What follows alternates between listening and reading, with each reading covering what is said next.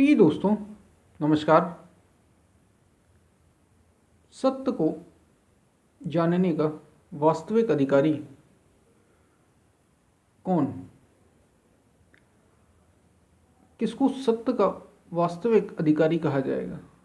कौन योग्य है जिसको सत्य मिलता है, सत्य का ज्ञान होता है, सत्य का बोध होता है? कौन वो है? कौन ऐसा व्यक्ति है जो ईश्वर को पाने का अधिकारी है, परम तत्व को पाने का अधिकारी है, अपनी आत्मा को जानने का अधिकारी है? सभी लोगों ने, खासतौर से इस संस्कृति में सभी ने सुन रखा है, सत्य को जानना, सत्य को जानना, इसको सत्य को खोजना, वास्तविक खोज, ईश्वर की खोज, अपने तक पहुंचना, ये सारी बातें हमने सुन रखी हैं। तो कैसे आप इस तक पहुंच सकते, कैसे आप जाने कि आप इसके अधिकारी अभी हैं या नहीं हैं? तो कैसे पता चलेगा? और यदि नहीं है तो कैसे हम उसके अधिकारी बनेंगे? दोनों ही बातें आपको एकदम बहुत ही स्पष्ट हो जाएंगी। जितने भी महापुरुष हुए हैं, जितने भी योगी हुए हैं, जिनने भी सत्य को खोजा है, ये खोजने की वस्तु है, फिर वही बात, क्योंकि ये सबके भीतर मौजूद है, बस खोजने की बात है। तो जितने भी लोग हुए, ज़्यादातर युद्ध की बात, गीता में भी युद्ध की बात आती है। भगवान श्री कृष्ण अर्जुन से युद्ध की ही बात करते हैं।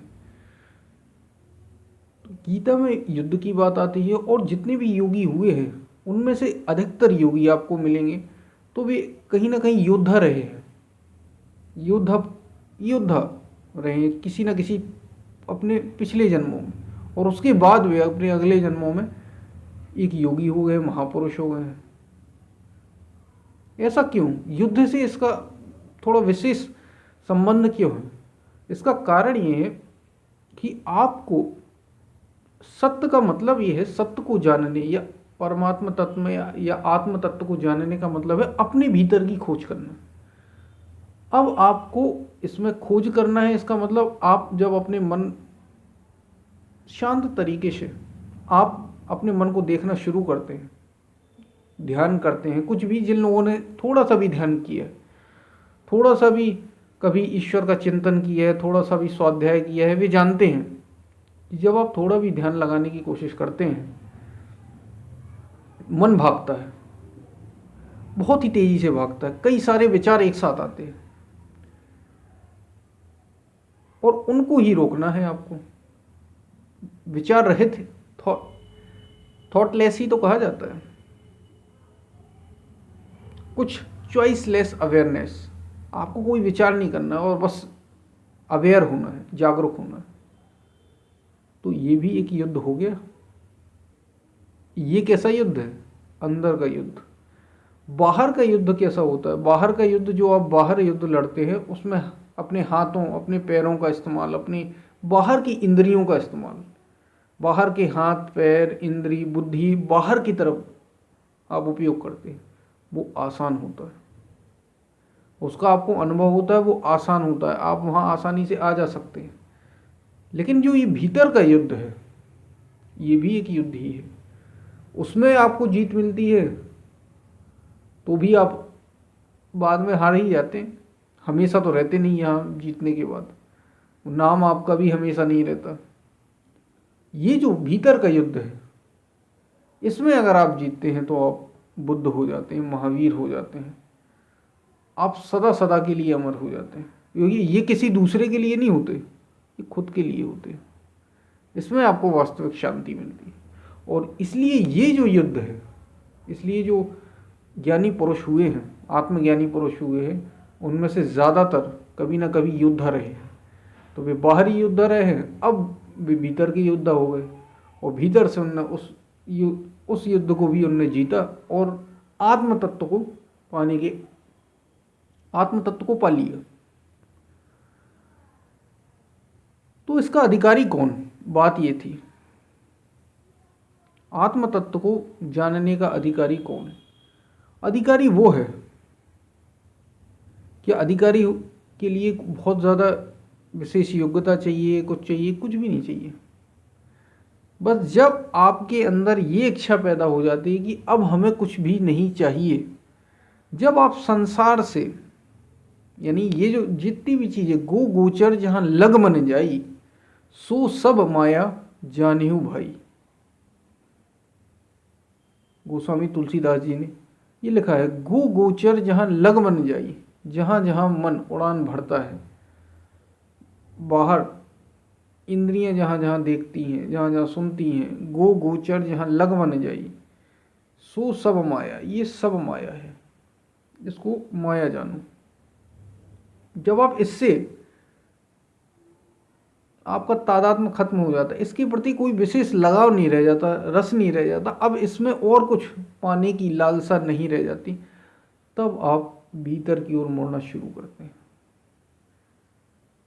तब आप भीतर की ओर जानते कि जब आपको ये समझ में आ जाता है, ये केवल छोड़ देने की बात नहीं है, जब आप इसको भीतर, आपकी बुद्धि ये समझ लेती है कि अब इसमें कोई भी सार नहीं है, वो चाहे काम वासना हो, वो चाहे क्रोध हो, वो चाहे कई प्रकार की इच्छाएं हों, छोटी या बड़ी, वो चाहे धन की लालसा हो, वो चाहे किसी पद की लालसा हो, वो चाहे प्रसिद्धि की इच्छा हो, वो फेम की इच्छा हो, फेमस होने की, वो नाम की इच्छा हो, कुछ भी, ये सारी चीज़ें जब आप इनसे ऊपर उठ जाते हैं, ऊपर उठने का मतलब है इनमें आपको फिर कोई सार समझ आपके लिए बेकार हो जाती है, क्योंकि आप जान जाते हैं कि इनका अंततः होना क्या है, ये शरीर जाना है, और ये जब शरीर जाएगा तो सारी चीज़ें वैसे ही धूल में मिल गई, कोई मतलब ही नहीं रहा,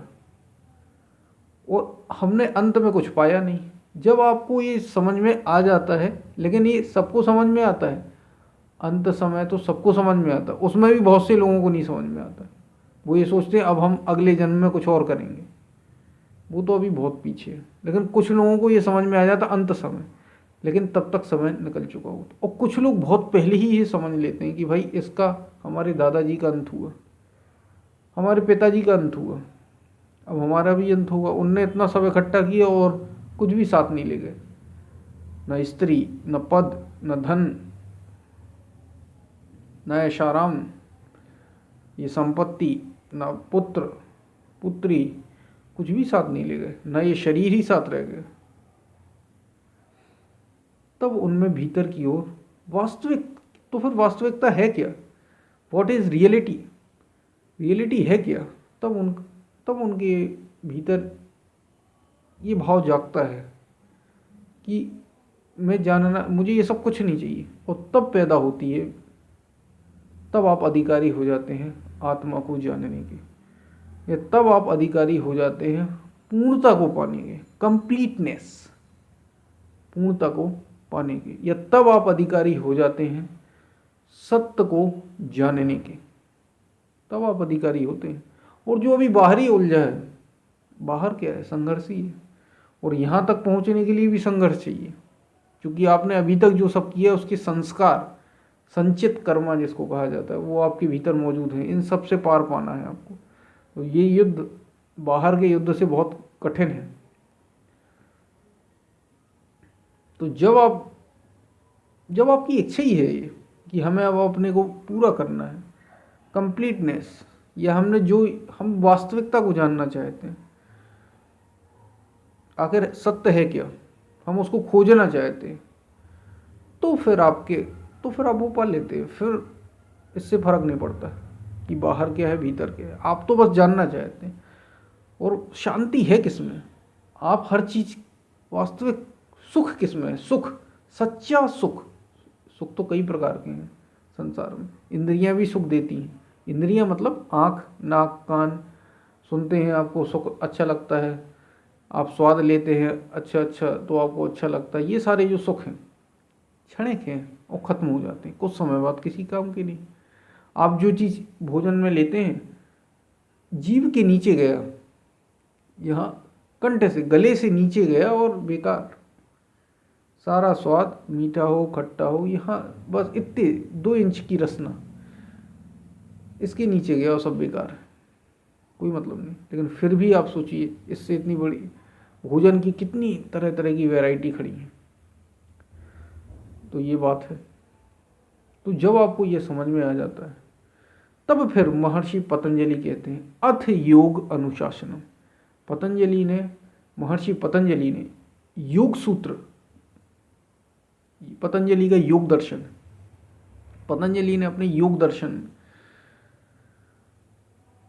ये स्पष्ट रूप से वर्णित किया है। और पहली पंक्ति जब योग दर्शन की शुरू होती है तो उसमें ये शुरुआत में ही आधी पंक्ति से शुरू किया हमने, अथ योग अनुशासन, और अब योग, और अब योग। मतलब अब जब आप सारी चीजें उससे निपट चुके हैं, अब आप योग की शरण में, और अब आप योग के आचरण में आइए। अब आप इंद्रियों को तपाइए। अब आप कर्मेंद्रियों, ज्ञानेंद्रियों, इन इंद्रियों से, इस मन से जो सब झूठा है, इसी को माया कहा है, इससे ऊपर उठ के अब अपनी ओर आइए और वास्तविक शांति को पाइए।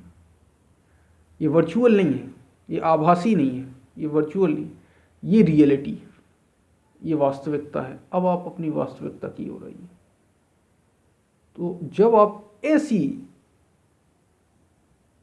आपके अंदर कोई इच्छा न रह जाए संसार की इच्छा, अभी उस तत्व को पाने की, परम तत्व को पाने की इच्छा होना चाहिए। संसार की कोई कामना न रह जाए। चाह गई चिंता मिटी, मनुआ बेपरवाह, जाको कछु न चाहिए, सोई साहन को सा। जिसको अब कुछ नहीं चाहिए वही शहंशाह है। तब वो बादशाह बन जाता। अब उसे कुछ चाहिए ही नहीं तो वो बादशाह ही है। फिर चाहे वो राजमहल में रहे या फिर एक गरीब की झोपड़ी में रहे, फिर चाहे वो सुंदर वस्त्रों में रहे या फिर दिगंबर वेश में रहे, नग्न घूमता रहे, कोई फर्क नहीं पड़ता। क्योंकि इच्छा ही काया, इच्छा ही काया, इच्छा ही माया, इच्छा ही जग उपजाया। इच्छा ही ये शरीर है, इच्छा ही काया है, इच्छा ही माया है, इच्छा से ही ये माया खड़ी है। आपने कभी ना कभी इच्छा की थी, आप जैसे आज हैं, आप जैसे भी अभी हैं, कभी ना कभी इसकी इच्छा आपने की थी, जाने में या अनजाने में। उसी का परिणाम आज आप हैं। चाहे आप अच्छी इस परिस्थिति में हो या बुरे में हो, इससे फर्क नहीं पड़ता। इच्छा ही काया, इच्छा ही माया, इच्छा ही जग उपजाए। इच्छा नहीं ये जगत खड़ा की है आपके आसपास। आपके मित्र, आपके परिजन, आपके बंधु, रिश्तेदार, सारे लोग, आपका ये शरीर भी उसी की वजह से। और कह कबीर जिर इच्छा विवर्जित, जिसने अपनी इच्छाओं को जीत लिए, इच्छाओं को समाप्त कर दिया, ताका पार न पाए, वो अनंत हो जाता है, वो इनफाइनाइट हो जाता है, वो पूर्ण हो जाता है, वो कंप्लीट हो जाता है। फिर उसे कुछ पाना शेष नहीं रह जाता। वही सत्य को जानने का अधिकारी होता है। तो सत्य को जानने का, ईश्वर को जानने का, आत्मा को जानने का, अपने को जानने का, पूर्णता को प्राप्त करने का, सारी बातें एक ही हैं। अधिकारी कौन, ये आप समझ गए होंगे। हम फिर मिलते हैं, तब तक के लिए धन्यवाद।